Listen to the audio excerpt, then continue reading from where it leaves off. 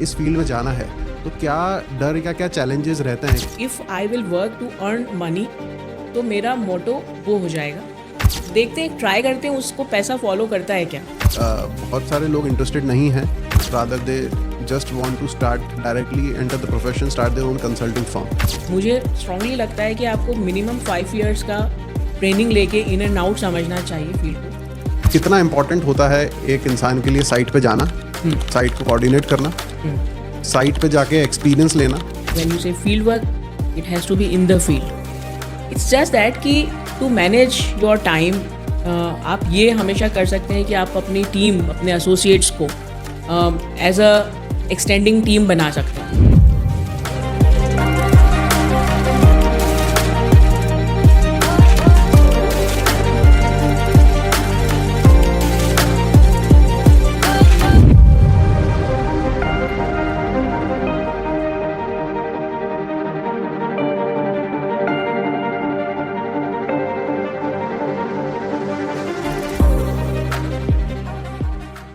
सो नमस्ते अंजलि आज़ाद दुबे मैम, नमस्कार। And this is going to be the most exciting podcast, क्योंकि ये हम पहली बार नहीं मिल रहे हैं, हम बहुत बार मिल चुके हैं, पर इस बार Right. फॉर्मली कैमरे के सामने आए एंड इस फॉर्मल इवेंट को इनफॉर्मल बनाने की पूरी तैयारी हम लोगों ने करी हुई। बिल्कुल बढ़िया तैयारी है, लग रहा है, हाँ। और माहौल बहुत अच्छा है। एंड इनफैक्ट इस पॉडकास्ट में हमने जब प्लान करा तो वी डिसाइडेड कि कुछ भी पार्ट पहले से डिस्कस नहीं करेंगे। अभी बैठे थोड़ी देर गप्पे मारी और अब सीधा पॉडकास्ट स्टार्ट हो रहा है। एंड मैम को इंट्रोडक्शन की ज़रूरत नहीं है, फिर भी इंट्रोडक्शन हमने इनिशियली दिया है मैम का इस पॉडकास्ट में। पर अब मैं ये चाहूँगा कि एक बार मैम के मुंह से सुनेंगे कि अंजलि आज़ाद दुबे। पहले तो मैम ये बताइए कि जब भी मैं आपका नाम सुनता हूँ ना तो मुझे वो रंग दे बसंती वाली फीलिंग आ जाती है। थोड़ी सी है इसमें वैसे। तो ये इसका बैकग्राउंड आप सबसे पहले मुझे बताओ कि आपके नाम में आज़ाद वर्ड कहाँ से जुड़ा? आज़ाद मेरे दादा को उपनाम मिला है। मेरे दादा फ्रीडम फाइटर थे and I am very proud of him always. तो दादा को राम मनोहर जी लोहिया ने जब स्वतंत्रता सेनानी रहे हैं सब, तो उन्हें उनके पर्सनालिटी, उनके अप्रोच और वो सारे लोगों के लिए हमेशा कंसर्न रहते थे, तो उन्हें ये उपनाम दिया गया था, जैसे उपाधि बोलते हैं कि हम शांतिलाल जी को आज से आज़ाद साहब बोलेंगे। तो आज़ाद हमारे लिए एक खरी कमाई जैसा है, क्योंकि ये दादा को मिला है उनकी पर्सनालिटी और काम की वजह से। तो हम लोग प्राउडली अपने सारे जो फर्म नेम है, मेरा जो मायका है, हमारी सारी फर्म्स आज़ाद के नाम से होती हैं and I proudly put this in my name. और Dubey is my family where I am married, तो वो मेरे फादर इन लॉ का उसमें जुड़ाव आता है, because he has been equally responsible for whatever I could do. तो मेरे दादा और मेरे father in law, this is how I am Anjali Azad Dubey. Perfect perfect perfect. पर ये अच्छा, आज सबको पता चल जाएगा कि ये आज़ाद ना है। सिद्धार्थ जी विरासत समझ लो आप, हमको विरासत में मिल गया ये नाम, तो बस हम इसको कोशिश करेंगे कि आगे बढ़ा सके। मैम आगे बढ़ाया है एंड इनफैक्ट आज का पॉडकास्ट ही पूरा इस तरीके से प्लान है कि किस तरीके से आपने जो एक पूरा अपना एक ब्रांड बनाया है ना, ये बनाया कैसे, कैसे जर्नी स्टार्ट हुई। बहुत सारे टॉपिक्स हैं, बहुत सारे सवाल हैं। एंड सबसे पहले मैं ये जानना चाहूँगा कि आप कैसे आई इस इंडस्ट्री के अंदर, कैसे प्लान बना आने का, एंड क्या क्या इवेंट्स ऐसे अनफोल्ड हुए कि यू डिसाइडेड, क्योंकि I think you have been in this industry from last 25 years, जैसे हमने अभी डिस्कस करा ही था इस चीज़ को। बिल्कुल जी। सो 25 साल पहले आज की डेट में इनफैक्ट लोग बहुत ज़्यादा फोकस हो रहे हैं, like they want to be architect, interior designing हो गई, कंस्ट्रक्शन फील्ड्स अब yes. In fact very much on boom. But 25 साल पहले कैसे आपने सोचा कि मुझे इस फील्ड में आना है? सिद्धार्थ, मुझे ऐसा लगता है कि मेरा चाइल्डहुड रेस्पॉन्सिबल है to encourage me to become an architect, क्योंकि जैसे मैंने अभी अपने दादा की बात की थी, तो मेरे दादाजी मेरे लिए काफ़ी इन्फ्लुएंशियल फिगर रहे हैं हमेशा से, एंड मैं उनको बहुत फॉलो करती हूँ। बचपन में हमें याद है कि he used to get a lot of respect from the everyone who used to come to our house or where we used to visit with him.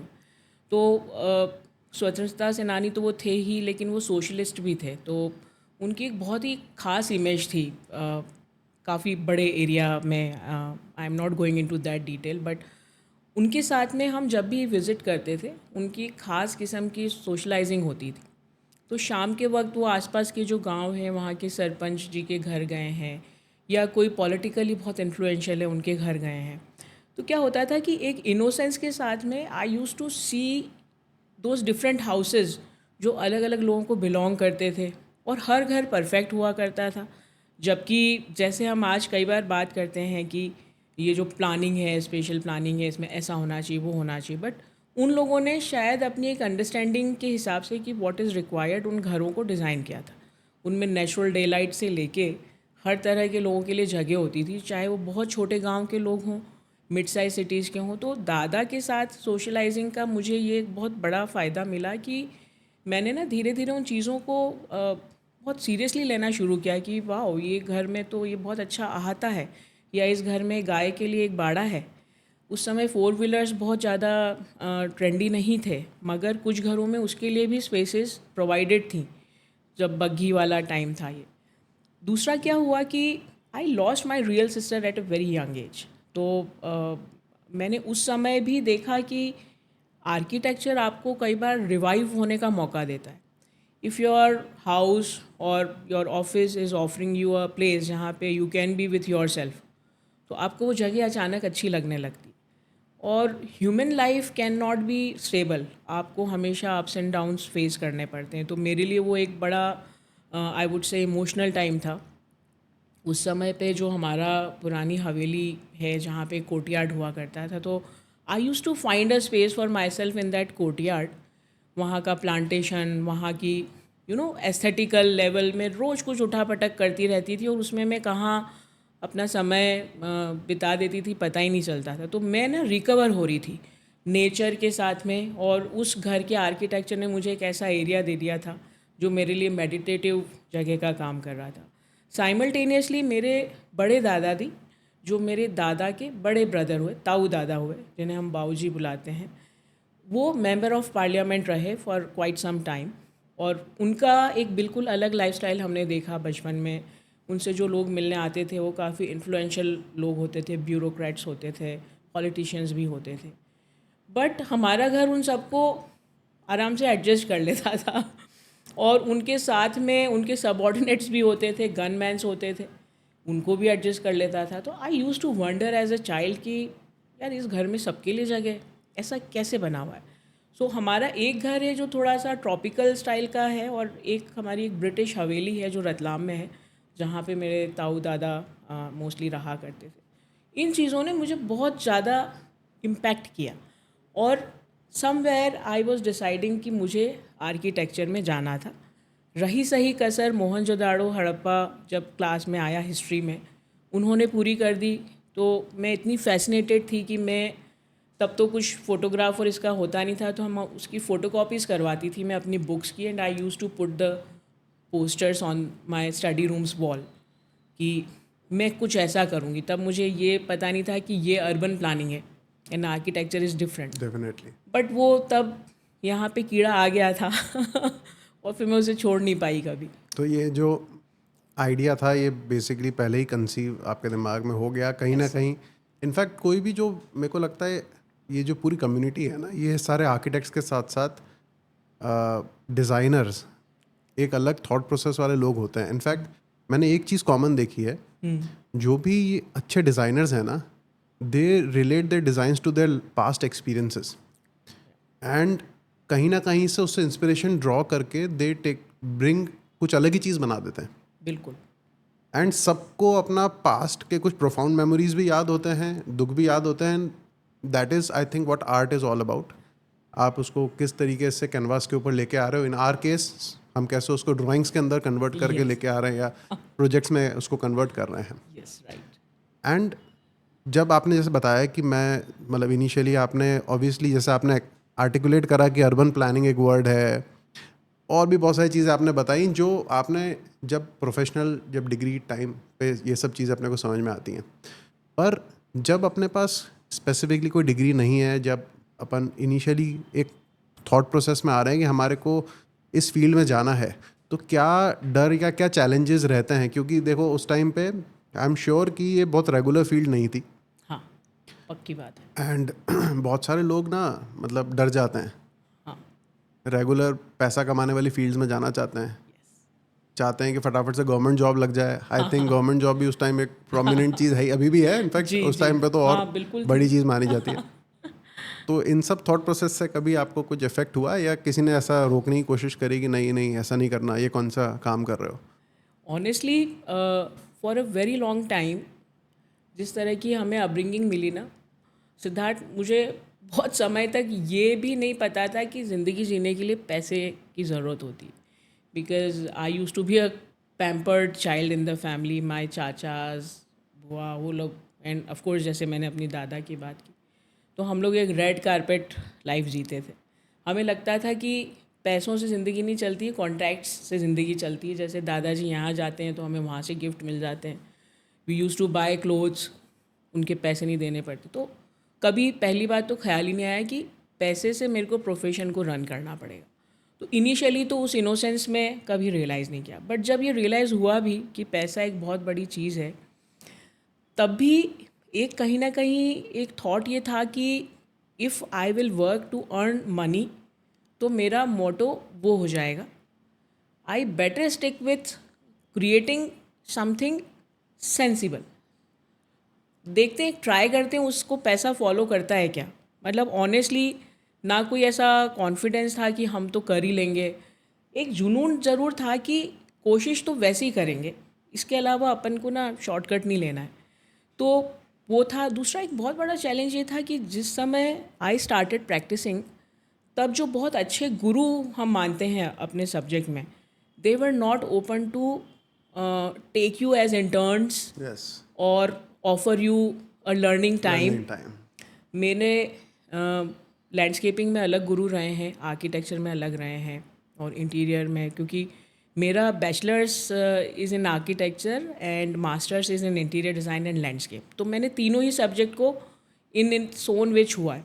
तो एक और बहुत बड़ा चैलेंज ये था कि जिनसे मुझे इंटीरियर डिज़ाइन सीखना था, वो मेरे गुरु आज भी उनकी बहुत ब्लेसिंग्स हैं मुझे। मिलिंद बारगल सर हैं। सर ने मुझे बोला कि मैं नहीं सिखाता, तो मेरे ख्याल से 8 से 9 महीने तक मैं उनके ऑफिस के दरवाजे के बाहर बैठी रहती थी। और मैडम बारगल जो हैं, Ritu ma'am, she use to support me. She use to ask her husband कि आप इस बच्ची की इतनी परीक्षा क्यों ले रहे हो। वो बोलते थे कि if she is really willing to learn, she will wait. And I waited for almost 8-9 months, and finally उनका दिल पसीजा।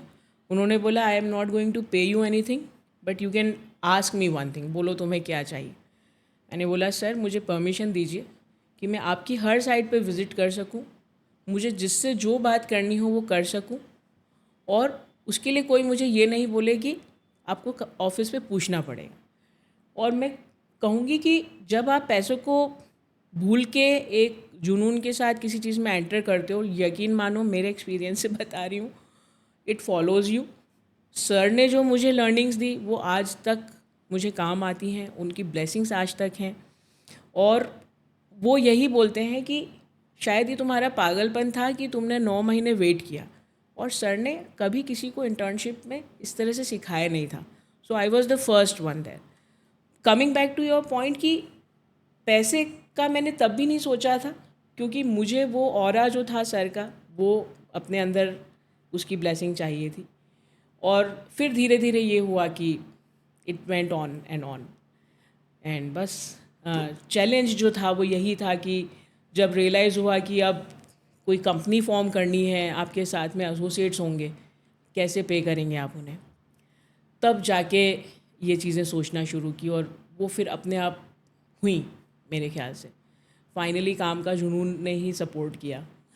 तो मैं ये जानना चाह रहा हूँ, हमारी जो ऑडियंस है, तो यंग ऑडियंस इस पॉडकास्ट को डेफिनेटली सुनने वाली है। एंड आपने जैसे बताया कि आर्किटेक्चर भी आपने टच किया है, इंटीरियर डिज़ाइन एंड लैंडस्केप भी आपने टच किया हुआ है। सो इट्स अ बहुत वास्ट एक्सपीरियंस हो गया है ये। एंड इनफैक्ट आपने वो 25 ईयर्स की जर्नी करी है जो ये बच्चे अब करने वाले हैं।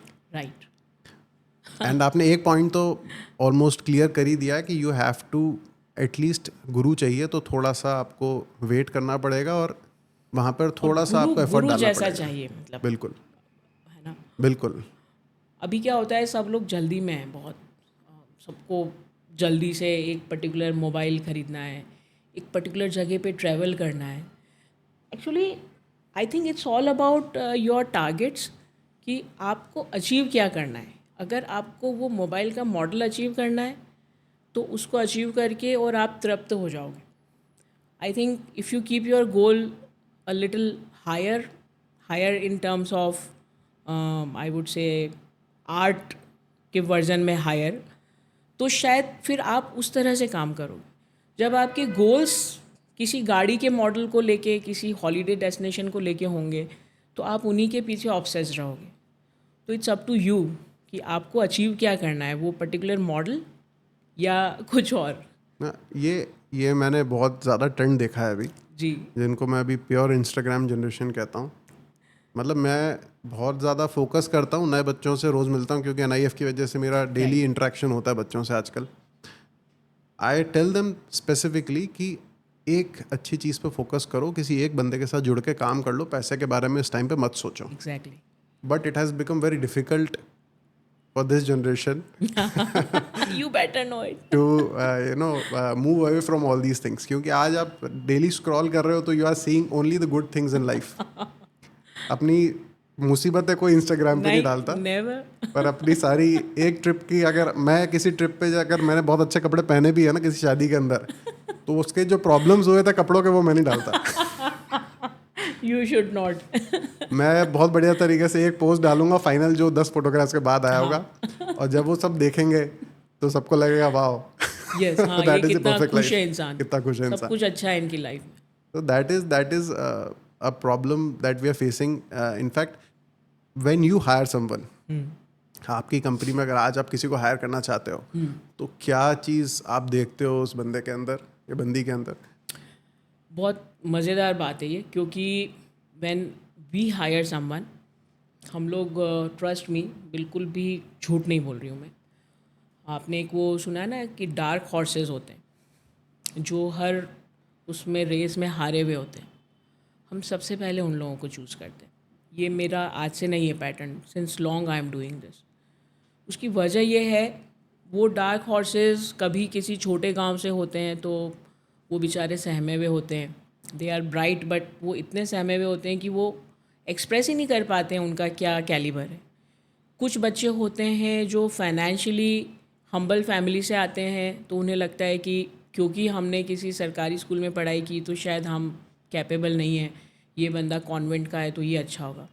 ऐसा होता नहीं है। हमारे प्रधानमंत्री भी नहीं है कॉन्वेंट एजुकेटेड और बहुत ब्रिलियंटली रन कर रहे हैं वो कंट्री को। I mean, it's not about politics but just putting my view, definitely है ना। यस, वो तो है। फिर हम लोग ऐसे बच्चों को भी करते हैं जो किसी पर्टिकुलर चीज़ का प्रॉब्लम फेस कर रहे हैं। जैसे I have a student with me, she stammers, उसको बोलने में बहुत दिक्कत आती है। तो जब मैंने उनको चूज़ किया तो हमें उनके कॉलेज की टीम ने बोला भी कि are you sure that you are taking it. मैंने कहा यस, मैं इसको इसलिए लूँगी क्योंकि कोई और नहीं लेगा। सो मुझे पता है कि मैं इसको क्या बनाने वाली हूँ कल। कुछ ऐसी लड़कियाँ भी आई हैं, I can not of course name them, जो किसी बहुत ख़राब एक्सपीरियंस का शिकार हुई हैं, जो हमारा वो मी टू वाला एक चला था। So they were just not confident enough. वो किसी भी मेल को देखते ही नर्वस हो जाएंगी, उनके अंदर एक अजीब सा डर होगा। तो मैं मेरे जब भी इंटरव्यूज़ होते हैं, कुछ भी होता है, आई ट्राई टू नो कि व्हाट इज़ द बैकग्राउंड। और किसी भी ऐसे इंसान को जिसको एक कोई साइकोलॉजिकल सपोर्ट की ज़रूरत है, but a strict environment, because strictness के बिना वो उससे बाहर भी नहीं आएंगे। तो हम उनको लेने की हमेशा कोशिश करते हैं विदाउट लेटिंग दैम नो कि हमने इस बेस में उन्हें लिया है, क्योंकि वो तो और भी ख़राब होगा। एंड देन एक सर्टेन पार्ट में हमेशा मेरी ग्रीड रहती है कि कुछ ब्रिलियंट लोग हों, which may not be toppers of the class, but जो थोड़े से अनयूजुअल रहे हों अपने क्लास में। So I always try to know these two backgrounds. उस बेस पे हम लोगों को लेते हैं। हमें थोड़े पागल लोग चाहिए, हमको समझदार लोग नहीं चाहिए. समझदार लोग क्रिएटिव नहीं होके लॉजिकल होते हैं, लॉजिकल हो जाता है. और हम लोग इलॉजिकल तरीके से काम करना चाहते हैं. इलॉजिकली आप क्रिएटिव हो सकते हो, क्योंकि ये मैं कैसे बताऊंगी कि एक बटरफ्लाई में कितने कलर्स होते हैं. Logically there is nothing like that. ऐसी एक बहुत सिंपल बात, ऐसी बहुत सारी चीज़ें हैं. तो मैं बोलती हूँ पागल लोगों को आने दो. ऐसे पागल जो किसी तरह से या तो परेशान है, या वो इस बात से परेशान है कि जो उनके अंदर है वो कभी निकला ही नहीं बाहर. एंड उन्होंने मुझे कभी डिसअपॉइंट नहीं किया सिद्धार्थ. ऐसे लोगों ने हमेशा मुझे रेस में आगे ही भेजा है. और मैं एग्री करता हूँ इस चीज़ से, क्योंकि जब कोई इंसान किसी पर्टिकुलर स्ट्रगल से निकलता है यस, तो वो कुछ ऐसी चीज़ें सीख जाता है जो उसकी लाइफ में हमेशा उसको हेल्प करती है, यस, एब्सोल्युटली. आगे बढ़ने के लिए हेल्प करेगी, या फिर उसको एटलीस्ट ये सिखा देती है कि trust, loyalty yes, and hard work. Absolutely. अगर ये 3 चीज़ें किसी के साथ जुड़ जाएं, या इसमें से एक भी एस्पेक्ट किसी बच्चे के अंदर है, या अगर उसने लाइफ में किसी एक्सपीरियंस से चीज़ सीखी है, तो they actually perform better than the others. College matter नहीं करता, डिग्री मैटर नहीं करती, बिल्कुल. आपका एटीट्यूड मैटर करता है. मार्क्स तो बिल्कुल नहीं करते. हमारा जो एजुकेशन सिस्टम है उसके मार्क्स को तो मैं मानती भी नहीं. बिल्कुल, मैं भी नहीं मानता उसको. वो कोई है ना, लॉजिकल मतलब एक्सप्लेनेशन क्योंकि नहीं है. हमारा वो तरीका ही सही नहीं है मार्किंग करने का. तो इसीलिए बस इसी थॉट पे चल रहे हैं, और ये थॉट ने हमें कभी डिसअपॉइंट भी नहीं किया सिद्धार्थ. Perfect ma'am. एंड मतलब मैं सारा कोरिलेट कर पा रहा हूँ आपसे, क्योंकि we are almost in the same construction industry. एक चीज़ बस मैं थोड़ी सी और इसमें ऐड करूँगा कि आप लोगों का जो पागलपन होता है वो हमारे स्ट्रक्चर इंजीनियर्स के लिए एक मुसीबत बन जाती है. I'm so sorry for all that nonsense which we keep asking you and Sharma uncle, respected Sharma sir. मतलब वो भी यही कहते हैं कि तुम कुछ सपना देखते हो रात को, फिर सुबह उठ के आप लोग आ जाते हो कि ये बनाना है. बोले आपका तो सपना हो गया और हमें उसको रियलिटी में. मैं अब ये इसी चीज़ को जानना चाह रहा हूँ कि ऐसे ख्याल आते कैसे दिमाग के अंदर, मतलब out of the box thinking के लिए, हाँ, जो जनरली आर्किटेक्ट्स की रहती है ना. How do you proceed? मतलब क्या बंद कमरे में बैठते हो, या फिर ब्रश करते वक्त ख्याल आ गया, या कभी किसी इवेंट में बैठे हुए वहाँ से इंस्पिरेशन ली? मतलब how does, if someone gives you a project, how do you approach for the concept, कि कहाँ से वो कॉन्सेप्ट निकल के आता है? आई थिंक एक तो बहुत बढ़िया चीज़ है music. I mean music can give you what nothing else can give you. अगर आप ख़राब भी गाते हो तो भी आप गा लो, एक बार गुनगुना लो, कहीं ना कहीं तो दिमाग पहुंच ही जाता है एक उस इल्यूज़न वाली दुनिया में जो हम कई बार फेरी टेल बोलते हैं. नेटफ्लिक्स पे एक सीरीज़ है, I would like to mention that. France का एक बहुत फेमस पैलेस है Versailles, okay. which is near Paris. And Versailles Palace was built by Louis XIV. So it's one of my favorite series. Netflix पे if someone wish to watch it, but don't watch it with elders. It has some bold scenes. Okay. Apart from that, उसमें एक बहुत अच्छी बात है. When the series starts, Louis Philippe का एक statement आता है उसमें, that you dream for a heaven, you owe it. Just one thing has to be taken care of. You have to build it for yourself. So the heaven is nowhere. It is where you create it. Amazing. और ये इतनी inspiring line है ना. And फिर वो जो struggle है उसमें एक बहुत खूबसूरत सीन है. मैं आपकी बात के आसपास ही बात कर रही हूँ. He is poisoned because he was getting very famous, and Louis 14 को जहर दे दिया गया कि इनका मर जाना बेटर है. वो रियलाइज़ कर लेते हैं कि मुझे जहर मिल गया है और मैं शायद 1 घंटे का मेहमान हूँ. तो उनके जो वैद्य होते हैं वो बोलते हैं कि आपको कुछ भी करना नहीं है, अभी एक आराम करो. बोले मैं तो वैसे ही मरने वाला हूँ तो आराम ही करूँगा. आप तो आर्किटेक्ट्स को बुलाओ, जो पैलेस अपन डिज़ाइन कर रहे हैं उसके ड्राइंग्स फाइनलाइज करने हैं. इस 1 घंटे में मुझे सारे डिज़ाइंस फाइनल करने. So the group of architects visits him. वो बिल्कुल जो कहते हैं ना अपन मृत्यु शैया पे एक इंसान लेटा हुआ है, वो आर्किटेक्ट से बात कर रहा है कि सी मुझे यहाँ पे असेंशली एक ग्रीन कॉरिडोर चाहिए, एक हॉल यहाँ ऐसा होगा which will be hall of mirrors, जो आज बहुत फेमस है वर्साइल पैलेस में, एंड ऑल दैट. एंड वो डिज़ाइंस फाइनल करके और उसे पता है कि अब मैं जाने वाला हूँ, तो बोले अब आप जाइए, अब मैं जाऊँगा। समहाउ वो सर्वाइव कर जाते हैं और फिर वो अपनी जो फाइनलाइज डिज़ाइंस हैं उनको वो करते हैं। तो जो आपका क्वेश्चन है कि हाउ यू इमेजिन, मुझे लगता है कि ये ऐसा ही कुछ होता है कि आप एक दिन में बहुत बार जीते हो, बहुत बार मरते भी हो। जब आप किसी ड्राइंग को इतना कहते हैं ना कि दिल से चाहते हो कि यही होना चाहिए, समहाउ वो चीज़ें पेपर पे भी आती हैं मैनिफेस्ट होनी स्टार्ट हो और वो जाती है। मैनिफेस्टेशन आपको हेल्प करता है उनको एग्जीक्यूट करने में भी। It may be a bad design for others, but if you have manifested it, it will happen for sure.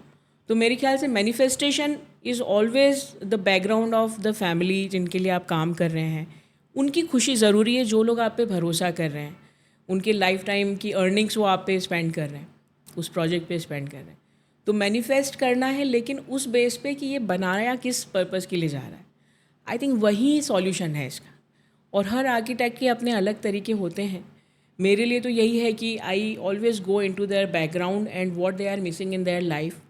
कोई फैमिली है जो वेल ट्रेवल्ड है, तो मुझे लगता है इस फैमिली के लिए एक घर में एक कमरा होना चाहिए जहाँ वो अच्छे अच्छे सूटकेसेस रख सकें जो वो हर ट्रैवल पे बाय कर रहे हैं, नॉट दैट कि उनको किसी स्टोर रूम में पटक के रखा हुआ है। Such things gives me inspiration, और बस उसी पे काम भी हो जाता है अपने आप। एंड मतलब जब आप ये सब थॉट प्रोसेसेस को अपने दिमाग में तो ले आते हैं, बट आई एम श्योर कि क्लाइंट की साइड पे जिनको कुछ भी एक्सपीरियंस नहीं है इस फील्ड का, and these days people through Pinterest या through AI people keep on adding. In fact Yes. मैंने रिसेंटली देखा कि कुछ लोगों ने हमें रेंडर्स बना के दे दिए क्लाइंट ने कि भाई ये लो हमें यही बनाना है। अब वो बनेगा कैसे वो हमें भी नहीं पता। वो एआई ने जनरेट कर दिया है, but it creates an issue. I think profession में जो बंदा है उसको पता है कि कैसे इस चीज़ को एग्जीक्यूट करना है। ये there is some thought process behind it. जैसे आपने बताया कि इतना एक बैकग्राउंड थॉट प्रोसेस होता है, आप पूरा दिन जीते हो उसमें, आप डिज़ाइन को सोचते हो, कहीं ना कहीं पीछे से वो आपके कुछ महीनों की वर्किंग होती है, कुछ दिनों की वर्किंग होती है। आप उठ रहे हो, बैठ रहे हो, कहीं पे भी आपके दिमाग में बैकग्राउंड में एक डिज़ाइन चल रहा है। बस बिल्कुल। And the same thing AI क्या कर रहा है या पिंटरेस्ट क्या कर रहा है, वो एक सेकंड में एक इंस्पिरेशन जनरेट करके हज़ारों इंस्पिरेशंस आपको यूं जनरेट करके दे रहा है। सो आपको ये कुछ ऐसे क्लाइंट्स मिले या मुझे ही मिले ऐसे? नहीं मिले हैं। मिले हैं, मुझे भी आप मिले हैं। कैसे डील करते हो इन लोगों से? बहुत मुश्किल होता है ऑनेस्टली। मैं कई बार मजाक में, एक अभी जब अपन कॉफ़ी ले रहे थे मैंने आपको मेंशन भी किया था कि एक आउटफिट जो Deepika Padukone can carry, Vidya Balan might not carry that. They both are beautiful, they both have their own physique type, but हर चीज़ हर जगह पे सूट नहीं करती। और ये समझाना कई बार बहुत मुश्किल होता है, क्योंकि उस समय वो एक उस क्रेजीनेस में होते हैं कि कैसे अचीव करें इसे अपने घर के लिए। कई बार बजट नहीं अलाउ करता है, कई बार वो जगह वैसी नहीं होती, और the design which has a certain climatology, जिस फोटोग्राफ को लेके आते हैं वो हमारी क्लाइमेटोलॉजी पे फिट नहीं करता है। ऐसा नहीं है कि सारे लोग कोई बहुत सेंसिबल कंस्ट्रक्शन कर रहे हैं, मतलब आई am not speaking about my fraternity, but that pressure, उससे काफ़ी लोग हाथ खड़े कर देते हैं कि अभी ठीक है ना यार, इनको ये जम रहा है तो बना देते हैं। जिस टाइम आपने सरेंडर किया और आप गए काम से, क्योंकि अब वो डिज़ाइन आपकी तो है ही नहीं। इट्स लाइक कि आप वकील नहीं हो, आप बस वो टाइप कर रहे हो किसी केस के लिए जो डिटेल्स हैं। It's like you become a drafts person, not an architect. किसी ने आपको कुछ बताया है, वो आप सिर्फ ड्राफ्टिंग कर रहे हो। द मेन चैलेंज है कि फैमिलीज़ रेस्पेक्टेड हैं हमारे लिए। हमें उनको कैसे बताएं कि ये जो आप इतने सारे कॉन्सेप्ट्स भेज रहे हैं, ये सारी चीज़ें एक बिल्डिंग में पॉसिबल भी नहीं हैं, और जो पॉसिबल हैं उनमें भी शॉर्टलिस्ट करना पड़ेगा कि whether to go for this और दैट। तो सबसे बड़ा चैलेंज ये है कि मैंने अभी ना एक इंटरव्यू में कहा था कि जैसे हम लोग बात करते हैं ना कि अब इतने टाइगर्स बचे हैं, सेव द टाइगर, है ना, वैसे please save the architects. Save the architects. ये आई सही हैव बात सेड है। इट लाइक रिपीटेडली कि प्लीज़ हमारी प्रजाति को बचाओ वरना हम सब मारे जाएंगे। तो please start trusting your architect, and आप उनको बता के छोड़ दो। उनके पीछे जब आप पढ़ते हो तो it never happens in a good way. वो या तो आर्किटेक्ट का चार्म आपके प्रोजेक्ट के लिए ख़त्म हो जाएगा, one will not ever take interest in your designs, या फिर वो आपको अपने ओरिजिनल आइडियाज़ बताना बंद कर देंगे, because the architect will know कि कोई फ़ायदा नहीं है। तो चैलेंज सबसे बड़ा ये है कि उस रिश्ते को कायम भी रखना है जो आपका उस फैमिली से है, और अपना रिश्ता अपने अपनी बात भी सब्जेक्ट से रखनी भी है। कायम रखना है, तो वो बहुत बड़ा चैलेंज हो जाता है। और जब भी उस चैलेंज को हम सॉल्व करते हैं, वो एक बहुत कॉम्प्रोमाइजिंग नोट पे ही करते हैं।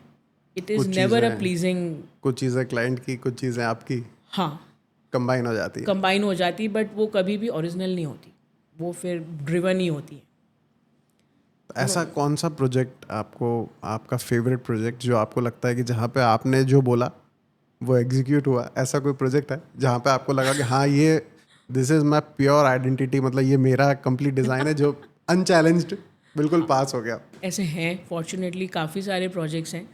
उसमें से कुछ तो हैं उदयपुर सिटी पैलेस के, जब his highness Arvind Singh ji Mewar used to be in the core working. अभी जो हिज हाइनेस हैं तब वो नहीं एक्टिव थे, तो अरविंद सिंह जी के साथ में I got to work, and जैसे मैं आपको बोल रही हूँ कि वो जितने लर्नेड थे, उन्होंने कभी भी ये लिबर्टी नहीं ली कि आप एक आर्किटेक्ट हो, जबकि मैं भी उनसे सीख ही रही थी, because he use to be an encyclopedia. आप कितना सीखोगे उनसे, ऐसा है, आप देख लो कितना सीखना है। उसके बावजूद उन्होंने हमेशा एक लिबर्टी दी कि यू टेल मी क्या करना है। सो कुछ प्रोजेक्ट इस वजह से मेरे द हिंदू में फीचर हुए, which I always cherish with my name, with the city palace context, you know, उनकी कोर टीम जिसमें आहवा साहब रहे हैं, ही हिमसेल्फ अरविंद सिंह जी मेवाड़। तो ये एक, जब आप ओरिजिनल काम करते हो तो वो अपने आप नोटिस में आता है। There is one project the artist house, which is also a kind of adaptive reuse and in a way heritage restoration, क्योंकि 80 ईयर्स ओल्ड थिएटर रहा है।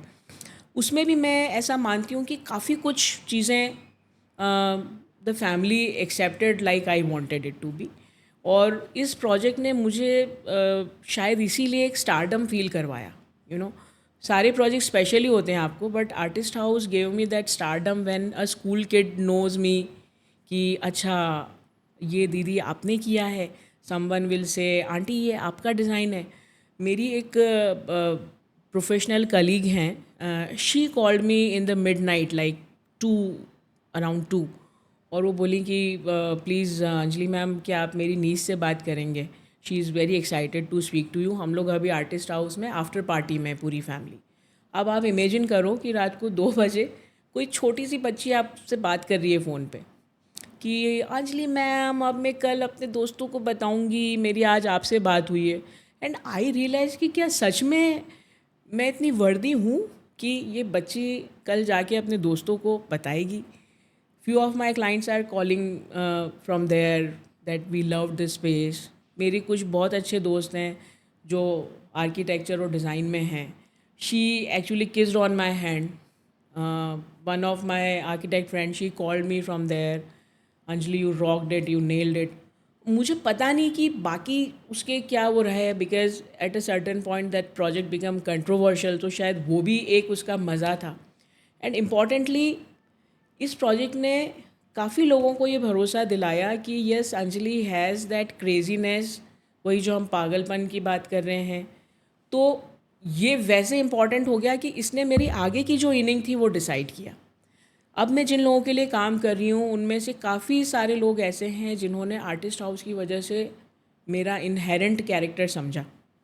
सो that is I think that very is close to my heart close to your heart for multiple reasons. And it's actually a beautiful project. मतलब मैं जितनी बार भी गया हूँ artist house, in fact जब वो फर्स्ट टाइम गए थे ना तो वो वाओ मोमेंट था वहाँ पे जो आप बता रही हैं। इनफैक्ट मेरे को लगता है सबको ही फील हुआ होगा, क्योंकि एकदम से आप जा रहे हो आर्टिस्ट हाउस के अंदर तो आपको वो उदयपुर के अंदर वाली फील नहीं आती। हाँ, इनफैक्ट अब उदयपुर डेफिनेटली काफ़ी, मतलब तो अब तो बहुत काफ़ी ग्रो हो गया है हमारा शहर। Fortunately yes. But definitely artist house stands till date, एक वो उसकी एक आइडेंटिटी अलग अभी भी क्रिएटेड है डेफिनेटली। ये बात तो है। एंड ये बहुत इंपॉर्टेंट है कि मैं ये देखता हूँ कि जैसे आजकल लोग 1-1, 2-2 साल में people start their own firms. किसी के साथ अपना काम करा 1-2 महीने 3 महीने एंड बहुत सारे लोग इंटरेस्टेड नहीं हैं किसी फर्म को ज्वाइन करने में, rather they just want to start directly enter the profession, start their own consulting firm. Right. आपका क्या इस पे व्यू है?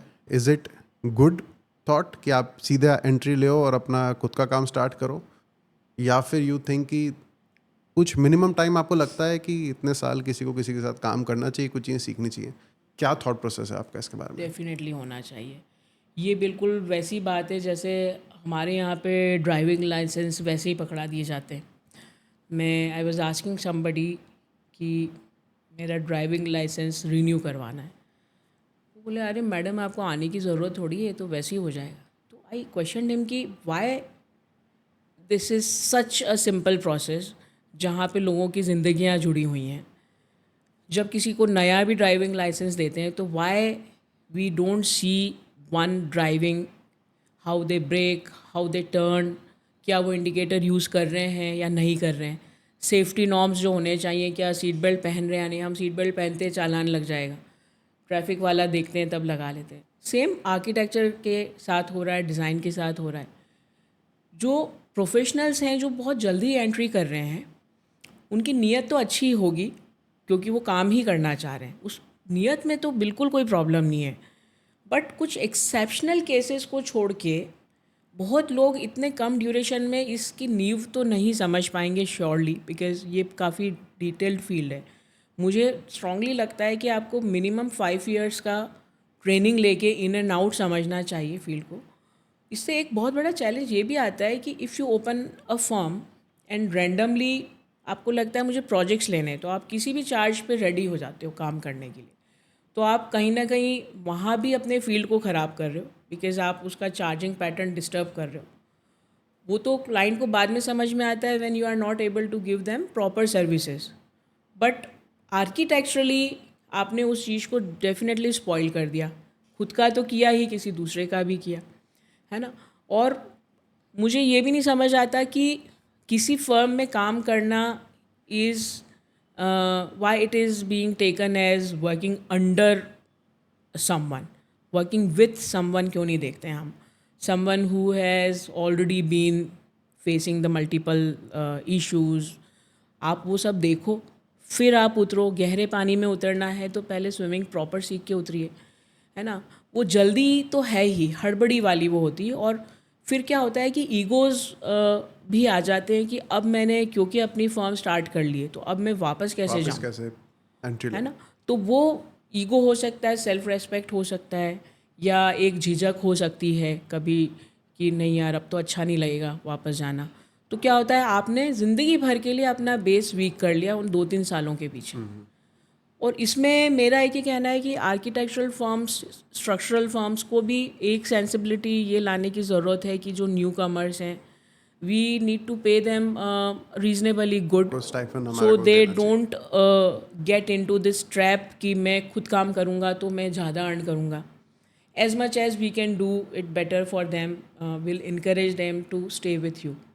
दोनों ही हाथ से ताली बजती है. मैंने इस पर्टिकुलर ईयर में बहुत सारे हायरिंग्स प्लान करे थे. हमारा प्रोसीजर भी यही रहता है. इनफैक्ट मैंने भी इस चीज़ से सीखा कि हम ये सोचते थे कि 5 to 6 मंथ्स जब कोई बिल्कुल फ्रेशर आ रहा है, सो आई थिंक उसको काम सीखना है, पैसे से मतलब नहीं है. So we use to say that at least work for 6 months, Which हम is उसके बाद हम लोग will think of some stipend and something. yes. We can definitely pay for conveyance and everything. But आज का ट्रेंड मैंने ये देखा है अभी जो मुझे रियलाइज हुआ है कि people don't want to work for 6 months also. वो डे 1 से उनको हाँ, which is so not everyone possible. In this particular field wants कि भाई मैं एकदम से एंट्री ले और एकदम से मुझे अच्छा पैसा मिल जाए इस फील्ड के अंदर, which is a problem for any type of consulting firm. क्योंकि आप जब तक आप कुछ वैल्यू जनरेट नहीं कर पा रहे हो Actually. तब तक आपका कोई मतलब किसी को पेमेंट करना इतना वायबल नहीं होता किसी कंसल्टिंग फर्म के लिए. और सबसे बड़ी बात क्या हो रहा है सिद्धार्थ कि अभी वो लोग ये रियलाइज़ नहीं कर रहे हैं कि the biggest threat AI is already here. AI is already replacing the skilled labour, I would से. जो टेक्निकल लेबर ही हैं Definitely, अपन लोग definitely. एक तरह से, तो हमें वो रिप्लेस करने की एक क्षमता तो रखती है एआई। अब अगर आपने अपने बेसिक कॉन्सेप्ट्स पे क्लैरिटी नहीं की है तो आफ्टर अ सर्टेन टाइम आपका human input is going to be zero, जो हमारा खुद का इनहेरेंट स्किल सेट। और हमने वैसी जल्दीबाजी की, हम भाग खड़े हुए अपना खुद का ऑफिस खोल लिया, तो हम कहीं ना कहीं अपने कैरियर को वीकन ही कर रहे हैं। And like you rightly said कि it's not how much you want but how worthy you are. ये एक बहुत बेसिक चीज़ है जो अपने गारंटी लोग students नहीं को- सोचते इसके बारे जी में जी कि मैंने क्या वैल्यू जनरेशन करी, हाँ उस टर्म्स में आजकल बहुत कम लोग सोचते हैं। इनफैक्ट हम लोग पूरी फोकस ये रखते हैं हमारे इंस्टीट्यूट पे भी कि पहले at least think of some value generation, true, और उसके बाद आप इस फील्ड के अंदर एंट्री ले और काम करो। बिल्कुल एंड इसी से रिलेटेड एक सवाल ये है कि जब आपने, जैसे आप तो इस प्रोफेशन में बहुत लंबे टाइम से काम कर रहे हैं, तो नाउ यू रियलाइज कि भाई आर्किटेक्चर, लैंडस्केप, इंटीरियर डिज़ाइन ये आप लोगों का सेगमेंट है, but this is not the only segment, right? इसके साथ आप लोगों को जो कोऑर्डिनेशन करना पड़ता है, तो over the years I think आप बहुत सारी चीज़ें दूसरी जो साथ के एसोसिएटेड फील्ड्स हैं या उनसे भी काफ़ी सारी चीज़ें आप सीखते हैं। बिल्कुल बिल्कुल सीखते हैं। कितना इम्पोर्टेंट होता है एक इंसान के लिए साइट पे जाना, साइट को कोऑर्डिनेट करना, साइट पे जाके एक्सपीरियंस लेना, इसका क्या महत्व है, मेरे को आपसे जानना है। इसका महत्व तो बहुत ही ज़्यादा है, बिकॉज फाइनली आप अपने आप को फील्ड वर्क के प्रोफेशन में काउंट करते हैं। तो when you say field work, it has to be in the field. It's just that कि टू मैनेज योर टाइम आप ये हमेशा कर सकते हैं कि आप अपनी टीम, अपने एसोसिएट्स को एज अ एक्सटेंडिंग टीम बना सकते हैं। बिल्कुल जैसे सर्जन्स होते हैं कि सर्जरी के समय तो सर्जन्स ही मौजूद होते हैं, बट उसके पहले का एनेस्थेसिया है, पेशेंट को जो बेसिक ट्रीटमेंट्स देने हैं, वो आपके जो जूनियर डॉक्टर्स हैं वो हेल्प कर सकते हैं। अगर ये बैलेंस हो तो मेरे ख्याल से कंस्ट्रक्शन इंडस्ट्री से बढ़िया कोई सब्जेक्ट ही नहीं हो सकता। We need to just organise ourselves. I have been trying this practice lately and it really works. इसमें एक तो क्या होता है कि आप फील्ड से जुड़े हुए रहते हो, क्योंकि वो तो इम्पॉर्टेंट है। आपके पर्सनली देखे बगैर, गए बगैर कुछ डिसीजंस कभी नहीं हो पाएंगे। और लाइक आई सेड कि आपकी जो टीम है, आपके जो एसोसिएट्स हैं, उनसे आपकी सोच में कुछ ऐसा एक एक्स्ट्रा चीज़ ज़रूर मिलता है जो वो लोग अपने एज ग्रुप की वजह से नहीं सोच पाते। तो I think one professional must do site visits, must go and feel the things personally, but it can be a designed practice, not that हर दिन हम चले गए, वरना ऑफिस वर्क हम कर नहीं आप नहीं कर पाएंगे। सकते obviously। तो मुझे लगता है कि हमारे यहाँ पे ये बैलेंस मुझे बहुत रेयरली दिखता है, बहुत कम लोगों में, कि जो लोग ऑफिस में भी इक्वली टाइम दे रहे हैं and they have design this site visit style, कि जहाँ पे उनका टच तो है लेकिन it is not bothering them to miss their office hours. तो आई थिंक वही ज़रूरी है।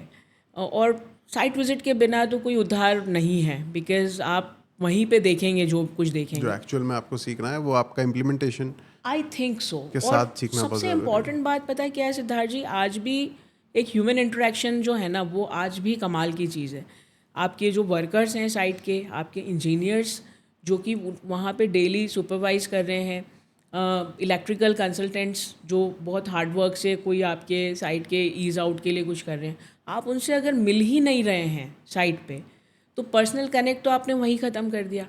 तो it's not just being at the site but probably connecting with the whole team जो आपके साथ में उसको वर्कआउट कर पा रही वर्कआउट करेगी। इनफैक्ट अगर अपन साइट पे जाते हैं, लोगों से मिलते हैं, इंटरेक्ट करते हैं, तो मेरे को लगता है कि जो टीम होती है ना, वो भी पूरी शिद्दत से काम करती है आपके लिए। अगर दो चीज़ आप एक्स्ट्रा कुछ रिक्वेस्ट करोगे तो वो एग्जीक्यूट हो जाएंगी। बिल्कुल। और ये अगर आपने अपनी टीम से बिगाड़ ली तो आप पेपर में कुछ भी बना लो। आपकी बैंड बजा देंगे वो। तो मीम्स जो रोज हम इंस्टाग्राम पे देखते हैं कि पेपर पे क्या था और वहाँ क्या बना। So that is reality. And yes मैंने एक और चीज़ देखी है कि जब आप एक्सपीरियंस लेते हो ना सालों साल साइट पे जाने का, तो बहुत बार मैंने ऐसे देखा है कि जब मैं पहले जाता था इनफैक्ट साइट पे, इनिशियली जब स्टार्ट करा था, तो व्हेन यू आर यंग, मिस्त्री विस्त्री भी आपको सीरियसली नहीं लेते। I led into that when you are young and you are a female. हाँ, दैट इज अनदर कैटेगरी। तो हो सकता है कि बिल्कुल सीरियसली नहीं लेते होंगे, बिल्कुल। लगता है कि क्या बस आगे साइड पे ये लोग। हाँ, ये लड़की हमें बताएगी क्या क्या काम नहीं, उस करना पर हम आने वाले हैं अभी। लड़कियों वाले पार्ट पे हम अभी आने वाले हैं, है। क्योंकि जी। बहुत सारी हमारी जो पूरी फीमेल फोर्स है वो आर्किटेक्चर और इंटीरियर डिज़ाइन में आजकल सबसे ज़्यादा it's a trending yes. Profession for them. Yes. तो वो सवाल मैं आपसे जस्ट अभी पूछने ही वाला हूँ, मैं इनफैक्ट पूछ ही लेता हूँ कि ये जो मतलब बोलते हैं ना कि कितना डिफ़िकल्ट फील्ड है एक फीमेल एंटरप्रेनर, या आज आप अपनी फील्ड इस फील्ड में काम करना चाह रहे हो, साइड पे आपने बताया सीरियसली नहीं ले रहे, साइड पे जाना पड़ता है ना, डिफ़िकल्ट सिचुएशंस, धूप भी पे खड़ा रहना पड़ता है, बहुत सारी डिफ़िकल्टीज़ हैं इसके अंदर। बिल्कुल। तो कैसे इसका आपको आपका क्या एक्सपीरियंस रहा इनिशियली, कैसे आपने कोप अप करा, और आपके क्या सजेशंस हैं लोगों के लिए, मतलब जो नए लोग इस फील्ड में एंटर कर रहे हैं उनके। आपको एक मज़ेदार एग्जांपल देती हूँ इसका, क्योंकि आपने अभी इंस्टाग्राम पोस्ट का ज़िक्र किया था, तो अभी एक इस तरह की पोस्ट काफ़ी आ रही हैं कि आप जब बात करते हैं तो आपको कब पॉज देना चाहिए, आपका वॉइस टेक्सचर कैसा होना चाहिए, इस शब्द को आप ऐसे मत बोलो, ऐसे बोलो, डोंट से थैंक यू, से आई एम ग्रेटफुल, है ना। तो अगर मैं उसी से रिलेट करूँ तो जो फीमेल्स के साथ में जो बहुत बड़ा चैलेंज साइड पे आता है, मुझे लगता है कि उसमें उनका बॉडी लैंग्वेज एक बैरियर होता है कहीं ना कहीं। Not with all the females but most of them, जितना मैंने देखा है। कई बार मेरे ऑफिस के बहुत ब्रिलियंट टीम मेंबर्स बड़े डिसहार्टन होके साइड से आते हैं कि मैम सुनते ही नहीं है, वो लोग लाइटली लेते हैं। मैं उनको हमेशा बोलती हूँ कि व्हेन यू स्पीक क्लियर। जब आप हम करके आप बोलते हो, आप सोचते हो कि मैं डेलिकेसी से बात कर रही हूँ, मैं किसी भी फीमेल का मजाक नहीं उड़ा रही, I am a female myself. लेकिन हम कहीं ये गलती करते हैं कि the delicacy a female has should be use carefully and should not be use where it is not needed. आप जब किसी फील्ड में जाते हो, आपको टोटली उस तरह से बिहेव करने की ज़रूरत है, क्योंकि वहाँ पे जो लोग हैं उनके लिए वो अपनी किसी वर्किंग साइट पे खड़े हैं, उनकी रोजी रोटी का सवाल है। वहाँ पे जाके आप उनसे नज़ाकत से बात करोगे, it will irritate them, because they are suppose to be the executors, और वो आपसे इंस्ट्रक्शंस चाहते हैं, clear loud technical instructions. And लड़कियों को, जैसे लड़कियों की ड्राइविंग की भी बहुत मजाक उड़ती है कि ये कार ख़राब चल रही है, पीछे से देखते हैं कोई लड़की ड्राइव कर रही, मैं शर्ट लगा सकता हूँ। उसका भी सेम रीज़न है कि कुछ लड़कियां बगैर ड्राइविंग सीखे, लाइसेंस के बिना, just because their father brother husband is rich और she herself is rich, will buy a vehicle and will start driving. Same हमारे इस फील्ड में होता है। तो होता क्या है कि even if they have good knowledge, even if they are topper in the class, but side पे जब खड़े हो तो उसकी ज़रूरत क्या है, बेसिक नीड आपको क्लियरली बोलना है। वो आप नहीं बोल रहे हो, आप कितने भी ब्रिलियंट हो, no one cares about it. और बॉयज़ को नेचर ने बनाया ऐसा है कि they are always very clear and loud with their this thing, their thought is clearer, और publicly they are less nervous because of our social system. लड़कियां थोड़ी सी कॉन्शियस रहती हैं हमेशा, आप देखेंगे। तो मुझे लगता है ये मेरा परसेप्शन है, someone might think differently, but मुझे ऐसा लगता है कि लड़कियों को साइट्स पे लाइटली लेने का ये मुझे कोर रीज़न लगता है कि हमको अपनी तरफ से अपना प्रेजेंटेशन वैसा करना चाहिए कि हम प्रोफेशनल हैं, and we should never seek an extra support, attention और सिंपैथी कि हम लड़की हैं तो आप हमारी बात कम शब्दों में समझ जाओ। ऐसा होता नहीं है। उनके अपने अलग चैलेंज है। तो आप एक लड़की की तरह साइड पे मत जाइए, एक प्रोफेशनल की तरह जाइए। आपको ज़्यादा बॉयज भी बनने की ज़रूरत नहीं। लाइक समटाइम्स पीपल से टॉम बॉय, मुझे तो वो टर्म ही अजीब सी लगती है कि what is a Tom boy, I mean it's a girl और इट्स अ बॉय। तो वो ये है कि आप अपना काम प्रॉपरली कीजिए, सब लोग आपको रेस्पेक्ट देंगे। ट्रस्ट मी, ऐसा चैलेंज हो ही नहीं सकता अगर आप अपना काम प्रॉपरली कर रहे हो तो। It's a myth in my opinion. और ये ज़रूर है कि कुछ पर्टिकुलर लेबर्स आपके फेमिनिन उसको लेके फ्लर्टी हो सकती है। That is something which you can not stop by your self, मतलब वो तो सामने वाला का जेस्चर है, उस पे आपका कंट्रोल नहीं है। उस पर आपका इतना ही कंट्रोल है कि as soon as you realise that this particular person is trying to flirt, आपको बिल्कुल नाक की सीध में मुड़ जाना चाहिए या उसको वहीं गिरा देना चाहिए बंदे को। आई स्ट्रांगली फील कि if someone is trying to reach out with bad intentions, आपको देन एंड देयर काम सफ़ा कर देना चाहिए। उसमें हमको डरना नहीं चाहिए। क्यों डरना है? आप तो गलत हो ही नहीं। जो गलत है उसको उसकी ऐसी की तैसी करके निकल जाओ। दो ही होते हैं रीज़न मोस्टली। मुझे मुझे ये सारी बातें जब बैकग्राउंड में, मेरे को प्राची की याद आ रही, मुझे भी आ रही है उसकी याद। क्योंकि मैं ये सोच रहा हूँ कि ये सब चीज़ें आपने बताई डेलीकेसी वाली, अगर प्राची को साइड पे भेज देंगे तो 2-3 थप्पड़ तो मेरे ख्याल से वो खींच के मारी है। हाँ, प्राची मैंने कैन ये डू। देखा है कि हाँ, मतलब दोनों एस्पेक्ट्स हैं। कुछ कुछ लोगों को मैंने ऐसा देखा है, कुछ फीमेल, जैसे आपकी बात मैं करूँ या मैंने इनफैक्ट प्राची को भी लीड करते हुए देखा है, तो मेरे को ये रियलाइज़ होता है कि मतलब सम प्लेसेस में जहाँ पे मैं बहुत ज़्यादा वो बन जाता हूँ sophisticated, she leads the better way. So मेरा ये व्यू पॉइंट है कि हाँ, मतलब इस पॉडकास्ट के थ्रू हम ये ज़रूर बोलना चाहेंगे कि फीमेल्स बहुत सारी ऐसी हैं जो थोड़ी सी कभी कभार सहम जाती होंगी, बट इनहेरेंटली सबके अंदर एक पावर है। एब्सोल्युटली। अगर वो पावर बाहर आ गई और सही तरीके से नर्चर हो गई बिल्कुल। तो वो ये वही वाली बात होगी, काली माँ बन जाएंगी साइड के ऊपर। काली माँ सभी में मौजूद है वैसे भी। तो वो बस निकालने की हाँ, ज़रूरत है वो बाहर। अवेकनिंग वाली बात अवेकनिंग है। वाली बात है इनफैक्ट ये। एंड वो अवेकनिंग भी मेरे को लगता है कि जब आप अपने काउंटर पार्ट्स को देखते हो ना कि यार इसने इसकी ये जर्नी रही, इसने ये करा, या ये इतने कॉन्फिडेंस से साइड पे जा रही है, तो थोड़ा सा एक वो कॉन्फिडेंस सबको धीरे धीरे जनरेट होता है। होता है। और मेरी तो सारे फीमेल प्रोफेशनल से एक ही रिक्वेस्ट है कि आई मीन आप ना अपने आप को एज फीमेल मत ट्रीट करो, मतलब इन योर प्रोफेशन। अदरवाइज़ तो आपको जो ईश्वर ने बनाया है आप वैसे ही ट्रीट कीजिए अपने आप को, बट प्रोफेशनली कई बार हम अनजाने में ना, वही जो मैं आपको कह रही थी कि जो एक्स्ट्रा अटेंशन या एक्स्ट्रा वो सीख करते हैं, if you are charging for something you are suppose to give it back, जिसके लिए आपको इनवाइट किया गया है। सिंपल सी बात है, इससे ज़्यादा आपको क्यों कुछ चाहिए? अगर इसी पे स्टिक करेंगे तो कोई प्रॉब्लम है ही नहीं। Perfect ma'am. एंड ये सारी बातें तो हमने बहुत सारी करी। अगर एक चीज़ जो मुझे आपसे इम्पोर्टेंट समझनी है, मुझे समझना है कि क्या प्रोसेस रहता है एक पूरा स्टार्टिंग से लेकर एंड तक हमारे सारे व्यूअर्स के लिए, कि कैसे एक प्रोजेक्ट टेकअप किया जाता है। जी। आपके माध्यम से समझना चाहेंगे कि सपोज कीजिए, आई थिंक आप सारी सेगमेंट्स में, सारे कैटेगरीज में प्रोजेक्ट कर ही रहे हैं। So you select one category what ever you think, जो आप एक्सप्लेन करना चाहते हैं।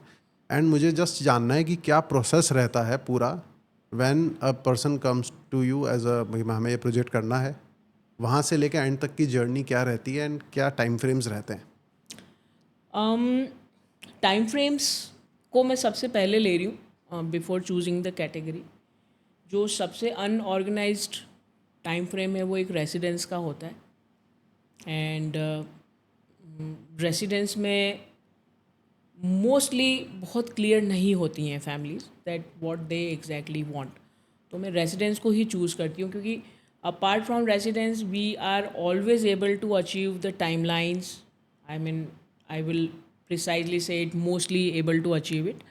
एंड जैसे हम लोग गवर्नमेंट प्रोजेक्ट्स करते हैं, टेंडर वाले जो कंसल्टेंसी प्रोजेक्ट्स होते हैं, we are doing a lot of hospitality projects, a lot of NGOs, we are helping them out with their constructional and design parts, and schools हम बना रहे हैं बहुत सारे। इन सब में हमें कभी भी टाइम का इशू नहीं आता है। तो मैं रेसिडेंस का एग्जांपल लूँगी। रेसिडेंस में हम जैसे ही किसी फैमिली से मिलते हैं, हम सबसे पहले उनसे ये जानना चाहते हैं कि आपको किन चीज़ों से तसल्ली है अपने एग्जिस्टिंग घर में, और क्या वो चीज़ें हैं जो बिल्कुल आपको लगता है कि अरे ये तो है ही नहीं, हमें चाहिए और ये नहीं है। So we chalk down those things, based on that उनके रिक्वायरमेंट्स के बेस पे हम लेआउट्स बनाते हैं। और फिर हम एक फैमिली में क्या होता है कि there are multiple couples, generations होती हैं अलग अलग, कि पहली जनरेशन, फिर second generation who is mostly working generation. The first generation में अलग अलग कॉम्बिनेशंस मिलते हैं, कई बार वो लोग अनवेल भी हो सकते हैं। जो थर्ड जनरेशन आती है किड्स वाली, उसमें भी अलग अलग एज ग्रुप के किड्स होते हैं।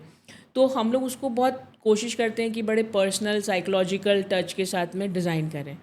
अब यहाँ पे चैलेंज जो आप बता रहे थे, पिंटरेस्ट एंड सिमिलर जो प्लेटफॉर्म्स हैं, we get multiple images for one single bedroom, one single living room, and since the house has multiple persons living in, so बहुत अलग अलग कैरेक्टर्स के इमेजेस हमें रिसीव होते हैं। एंड ये एक बहुत बड़ा चैलेंज होता है because it's a single house और उसमें 10 अलग अलग टाइप के लोग रह रहे हैं और ये हर इंसान के लिए उनका घर है। एज अ प्रोफेशनल ये मेरे ख्याल से सबसे बड़ा चैलेंज होता है कि उस सब चीज़ को एक प्लेटफॉर्म पे कैसे लाएं, क्योंकि ये काम तो मेरा ही कहलाने वाला है। तो मेरा काम कहलाए वो भी ठीक लगे, और जो फैमिली है, जो मेनली जिनके लिए बन रहा है घर, जो रहेंगे। तो क्या होता है कि हम लोग इंडिविजुअल मीटिंग्स ऑर्गेनाइज करते हैं कपल्स के साथ में। If a family is having for example 3 couples, तो हम उनसे ओपनली बात करते हैं कि will it be okay if we meet them one by one and try to get what they are thinking. And फिर उस डिज़ाइन को जो भी रिक्वायर्ड मटेरियल्स हैं उनके साथ में लूप में लेते हुए एग्जीक्यूशन में लेते हैं। इंटीरियर्स में, रेजिडेंशियल इंटीरियर्स में आजकल मैं एक बहुत एक क्लियर स्टेटमेंट देने लगी हूँ अपने फैमिलीज़ को जो हमारे लिए अपने प्रोजेक्ट्स लेके आते हैं डिज़ाइन करने के लिए, कि kindly refrain from taking individual carpenters, because carpenters are like they have become a very very uncontrollable community. मेरे फेवरेट्स थे वो एक टाइम पे। किसी भी प्रोजेक्ट को मैं विदाउट कारपेंटर्स प्रेजेंस कभी इमेजिन नहीं कर सकती थी, लेकिन मेरे को ग्रेजुअली जो एक्सपीरियंसेस हुए तो मैं अब धीरे धीरे टोटली फैक्ट्री मेड या मॉडलर पे शिफ्ट हो गई हूँ। उसमें हम मेहनत करते हैं डिज़ाइंस में। So I precisely ask the family, if you are keen to have a carpenter, it's your house, आपका डिसीजन है, तो मगर उसमें मैं इंटीरियर्स में आपका हेल्प नहीं कर पाऊँ।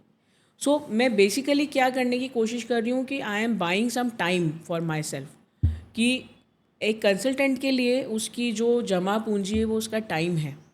तो रेसिडेंस में टाइम इतना अनलिमिटेड जाता है, and I don't blame the family, may be they have their own things, मगर एज अ प्रोफेशनल हमारे रिसोर्सेज लगते ही जाते हैं, इट्स नेवर एंडिंग। एंड हम जिस सोसाइटी में रहते हैं, we can never charge for extra amount in your pre decided fee structure. तो हमने बात की है 1 साल के प्रोजेक्ट के लिए और वो 3 साल 4 साल चलता है, तो हमारे लिए उसका रिसोर्स मैनेजमेंट बहुत महंगा पड़ जाता है। तो मैं अब precisely because you give me a choice to choose one type, तो रेसिडेंशियल प्रोजेक्ट्स को now I am in a process to make them a little organised.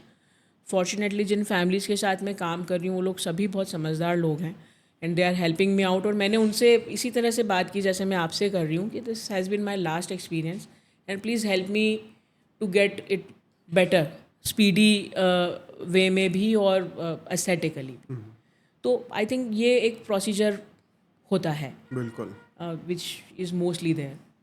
And मतलब जब आप किसी प्रोजेक्ट पे किसी क्लाइंट से मिलते हो तो स्पेसिफिकली क्या इनपुट्स आपके रहते हैं? सपोज कीजिए कोई 4-5 लोगों की फैमिली है और घर बनाना चाह रही है, what are the 5 things you would tell them कि यार ये तो होना ही होना चाहिए किसी घर में, या इन चीज़ों पे आपको ध्यान देना है जो उनको नहीं, जनरली जो लोग आते हैं उनको आइडिया नहीं होता, right. But what are the 5 things, maybe 4-5 things that you would recommend in any house जो प्लानिंग के अंदर इंकॉर्पोरेट होना चाहिए? मैं ना दैट सबसे पहले मैं एक चीज़ हमेशा बोलती हूँ, आई think if by any chance the family is watching this, any of the family जिनके लिए हमने काम किया है, दे वुड रिलेट। मैं कहती हूँ कि आपके जो कॉमन स्पेसेस हैं उनको आप ऐसा रखिए कि this becomes a place for a get togetherness, not a place for luxury. दोनों में फ़र्क है ना। हम लोग जिस तरह के एनवायरनमेंट में बड़े हुए हैं, हमारे यहाँ पे गेट टुगेदर दरी पे बैठ के भी हुए हैं। We were never been kind of kids जो हमेशा सोफाज पे बैठे हैं, and there is a sofa for everyone. हमेशा कम होते थे जितनी ज़रूरत है उससे, मगर हम उसमें ब्यूटीफुली मैनेज कर लेते थे। तो अभी क्या हो रहा है कि एक टेंडेंसी आ रही है कि उसकी साड़ी मेरी साड़ी से सफ़ेद कैसे, grandness, the comparison and grandness of course, but grandness again with the comparison कि मेरे पर्टिकुलर फ्रेंड और बिजनेस जो कलीग हैं उनका घर इतना बड़ा है तो मेरा वैसा होना चाहिए। मैं उनको सबसे पहले बोलती हूँ कि सर प्लीज़ घर आपके लिए बनाइए, don't make a showroom, don't make a house to compete with someone, because वो कभी होता नहीं है and competing is an illusion, आपके अंदर है वो। नो वन इज़ रियलाइजिंग कि आपने उनसे कॉम्पीट करके कुछ बनाया है। So first of all just leave this feeling of competition, comparing, या कोई सोशल लैकुना है कि नहीं मेरे को लोग आज तक सीरियसली नहीं लेते थे तो मुझे अब कुछ करना है। उस थॉट से घर मत बनाओ। घर बनाओ जो आपको पसंद है, उसको दिल से बनाओ, उसको तारीफ़ मिले तो ठीक है, नहीं मिले तो भी ठीक है, इट्स योर हाउस। आपको घर पसंद है तो बात ख़त्म हो जानी चाहिए। This I always try to convey, always. Secondly, don't make a house for lavishness, make a house to live in. उसमें कुछ कमरे खाली छोड़ो आप, जो बिना फर्नीचर के कमरे हों, उसको एंजॉय करो आप धीरे धीरे। कोई आर्ट पीस पसंद आए, कभी कुछ आए, क्यों आप पहले ही दिन मुहूर्त पे ही सब कुछ क्यों भर देना चाहते हो? ये एक बड़ा अजीब सा ट्रेंड है विच आई नेवर गेट इनटू। मुझे लगता है कि ठीक है ना, थोड़ा छूट गया, जस्ट बिकॉज मुहूर्त पे बहुत सारे लोग आने वाले हैं तो आप उस थॉट प्रोसेस से घर बनाते हो कि उस दिन दिखना चाहिए कि we are worthy. I never get. Secondly, privacy के नाम पे कि हमको प्राइवेसी चाहिए, ये चाहिए, उस नाम पे हम कुछ बहुत अजीबोगरीब डिसीजंस लेते हैं डिज़ाइन में। वास्तु तो एक ऑलरेडी एक ऐसा थ्योरी है जिसको आप फॉलो करें तो पूरा करें या नहीं करें, तो वो ऑलरेडी एक रेस्ट्रिक्शन की तरह काम करता है कभी कभी, रैदर लिमिटेशन एक ज़्यादा शायद सही शब्द होगा। तो मैं उनको बोलती हूँ कि आप वास्तु तो फॉलो करो, बिकॉज मैं बिलीव करती हूँ it's a theory of science, it's a theory of direction, अच्छी थ्योरी है, आपको फॉलो करना चाहिए अगर आप माने तो वो करो। लेकिन ना आप ऐसा अंधभक्ति में मत पड़िए कि this has to be done in this particular way. Designs पे मैं कभी उनसे बात नहीं करती हूँ, मैं उनको बोलती हूँ आपको क्या चाहिए आप बताइए, हम लोग कोशिश करेंगे। बट मैं एक इन जनरलाइज थ्योरी की बात करती हूँ कि प्लीज़ डोंट प्रेशराइज अस कि ये लेविशनेस होनी चाहिए। अगर आपको पसंद है तो लेविशनेस होगी, बट सिर्फ इसलिए कि किसी और के घर में है इसलिए लेविशनेस मत दो। And I always insist on having courtyards, make courtyard houses as much as possible. Longer run में आपकी जो जनरेशन हैं, आपके बच्चे हैं, वो आपको याद करेंगे कि आपने एक अच्छा घर बना के दिया। एसी तो होटल्स में भी हैं हर जगह। अपने घर में कोई ऐसा कोना हो जहाँ पे आप बर्ड्स के साथ बैठो, सुबह सुबह उठ के चाय पियो उनकी आवाज़ के साथ में। इससे बढ़िया लग्जरी आप बच्चों को नहीं दे सकते। एक पर्सनल फीलिंग होनी चाहिए घर के अंदर, हम rather लोग than डिब्बे going for बनाते a जा रहे हैं। show off kind of a हाँ, houses. There should be, ऐसा आपने बिल्कुल ठीक बोला, आप अपने घर में कुछ चीज़ें एक्सपीरियंस और ट्रैवल के साथ साथ इकट्ठी करो, rather than एक ही दिन के अंदर जो क्यों भरना उसको? सारी चीज़ें उसके अंदर कई भर बार दो। मैं सोचती हूँ अरे मैम ये चेयर तो बहुत पसंद नहीं आ रही थी, बट अब हमने कहा चलो अब लेना है, मुहूर्त है परसों। मैंने कहा नहीं लाते, क्यों लिया? जो चीज़ पसंद नहीं है उसको आपके ड्रीम हाउस में क्यों लाना है? सोशल प्रेशर से रिलीज़ होके घर बनाना चाहिए। This is one message I wish to give to everyone. Don't make a house with any pressure to prove your worthiness, to prove how intelligent you are, to prove कि मेरे husband मुझे कितना प्यार करते हैं। इनसे कुछ भी प्रूव नहीं होता है। आपको पसंद है छोटा कमरा बनाओ, आपको पसंद है बड़ा कमरा तो बड़ा बनाओ। घर को सोशल जो सामाजिक मापदंड का ज़रिया नहीं माना जाना चाहिए। शायद ये सबसे बड़ा गिफ्ट आप आपके आर्किटेक्ट को दे सकते हो। अमेजिंग अमेजिंग, यही कॉन्वर्जेसन हम इस पॉडकास्ट पे करना चाह रहे थे एंड इसी के लिए कुछ एक्सपीरियंस लोग चाहिए ये सब डिस्कशन करने के लिए। एंड इसी वास्तु वाले पॉइंट पे ना मेरे पास एक छोटा सा जोक है। एक इंसान, मैंने कहानी सुनी थी, इनफैक्ट ये रियल कहानी है, अब वो अगर खुद सुन रहे होंगे पॉडकास्ट पे तो पता नहीं, पर मुझे किसी ने बताया था कि लोग वास्तु को इतना सीरियसली, जैसे आपने बताया इट्स अ साइंस, कुछ चीज़ें ज़रूरी हैं, आप फॉलो करनी चाहिए। उन्होंने वास्तु को लिंक कर दिया था अपने ग्रहों के साथ और समथिंग, एंड ही डिसाइडेड कि उनको ये तक डिसाइडेड था कि कौन सा पैर बेड से उतर टाइम रखना है नीचे, एंड सीढ़ी उतरते टाइम कौन सा पैर रखना है नीचे। ओह, सो एक दिन वो लोग टेंशन में उठे, मतलब जो अंकल थे वो उठे, उन्होंने पैर बेड से उतरते वक्त तो ठीक रखा, but when he went to the staircase वो भूल गए कौन सा पैर पहले रखना है, एंड ही स्लिप्ड। तो वास्तु की वजह से ही उनकी हड्डी टूट गई, ओह जस्ट टू डिसाइड कि भाई कौन सा पैर मुझे पहले ज़मीन पर रखना है। तो लोग क्या वास्तु को इस चीज़ से रिलेट करते हैं। In fact I want to know from you also, ये वास्तु का पार्ट किसी तरीके से होता है क्या, कि कौन सी टांग आपको नीचे रखनी है, क्या करना है, मतलब व्हाट इज़ दिस, किस डायरेक्शन से उठना है, ये भी वास्तु का पार्ट होता है या? आई थिंक कैसे आपको मैं एक अच्छा इसका एस्पेक्ट बताऊं, हिंदू वेडिंग्स में वो 7 वचन होते हैं, वैसा कुछ वास्तु शास्त्र है मेरे हिसाब से। वो 7 वचन की आइडियोलॉजी क्या होती है कि husband and wife should remain together for a longer time, for eternal time, जो भी आप शब्द बोल दो उसके लिए। वास्तु कुछ ऐसी बात करता है कि वास्तु के कुछ रूल्स हैं, वो रूल्स आपको ये बता रहे हैं कि live in the harmony with nature and natural forces. वो फोर्सेस हमारा वही मैग्नेटिक नॉर्थ और साउथ से सब जुड़े हुए हैं। प्लानिटरी जो सिस्टम्स हैं वो वेडिंग लाइफ में भी उतने ही फॉलो होते हैं जितने वास्तु में वास्तु में होता है। If you believe in to the genuine astrology and genuine approach to planets, उसमें हमेशा मैथमेटिक्स होती है। उसकी देखो फॉलो करने का एक ये बहुत पर्सनल डिसीजन है कि कौन कितना इसको फॉलो करता है। I will not comment on that, but certainly अगर आपने जैसे वो 7 वचन निभा लिए तो आपके प्लैनेट्स मैच करते हैं या नहीं। आपकी लव मैरिज है, आपने कुंडली मिला के शादी नहीं की, जैसे काफ़ी लोग बोलते हैं ना कि हमारी तो कुंडली नहीं मिलाई लेकिन हम तो खुश हैं।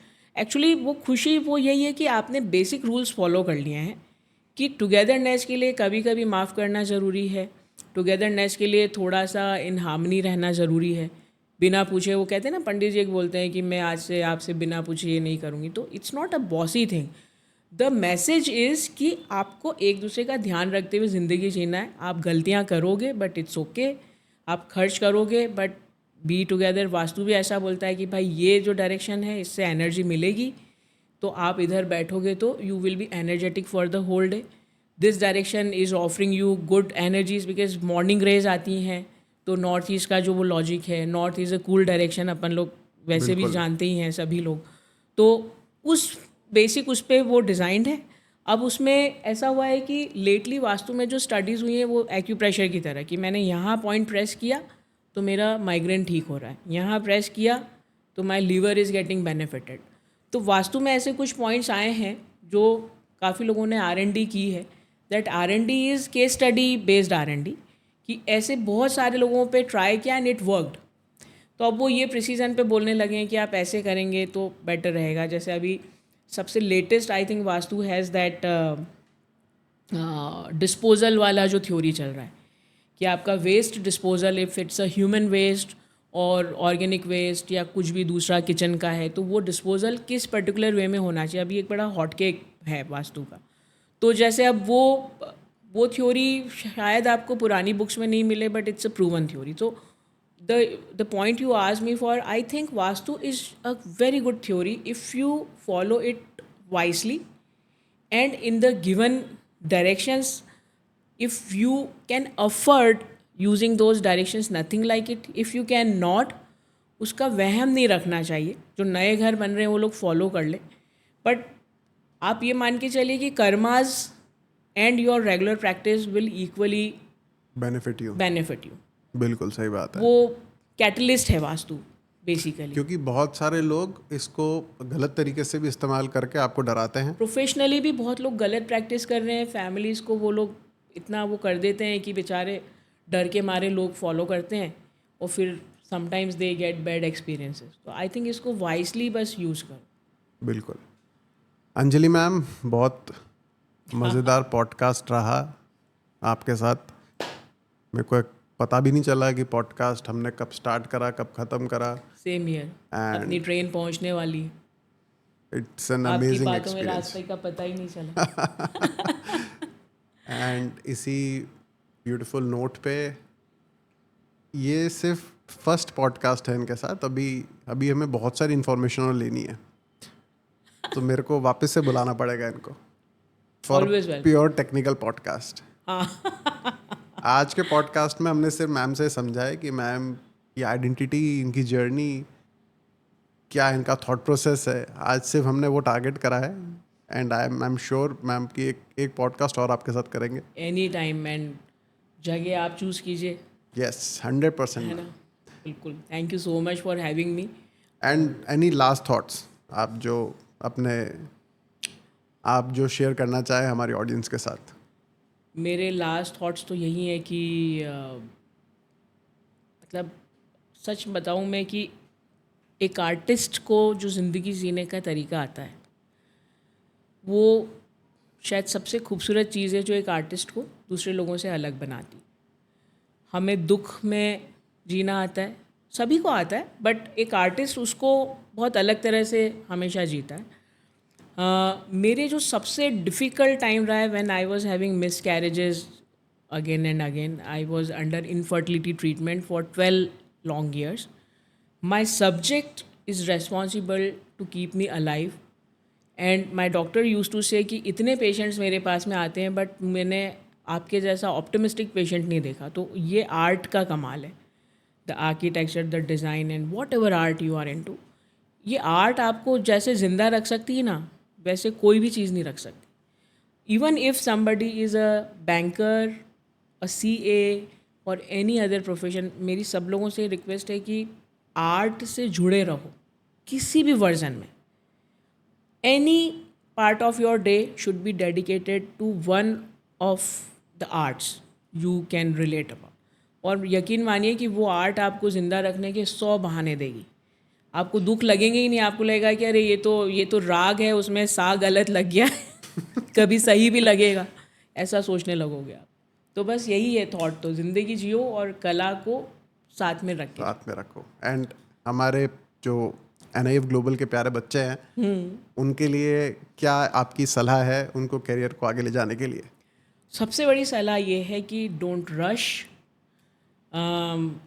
आज एक चीज़ को फर्मेंट होने में टाइम लगता है, डोसे का भी आटा होता है वो भी, क्योंकि आज सुबह डोसा बनाया था मैंने ब्रेकफास्ट में, तो उसमें कोई फर्मेंटेशन में टाइम लगता है। एक पौधा है, उसको जब आप बोते हो, उसमें पानी देते हो, उसको ब्लूम होने में टाइम लगता है, और हर फ्लावर का ब्लूमिंग का अलग टाइम है।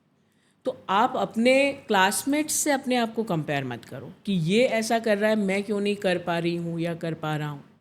Just wait for your blooming time, it will certainly come. ईश्वर ने हर जने का ब्लूमिंग टाइम डिसाइड किया हुआ, तो लिव फॉर दैट मोमेंट। वो जब भी आएगा तब तक उसको एंजॉय करो, चिंता में मत रहो। That's the message.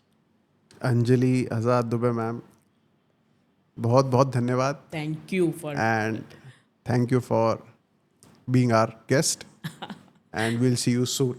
Of course, have a great day. Thank you.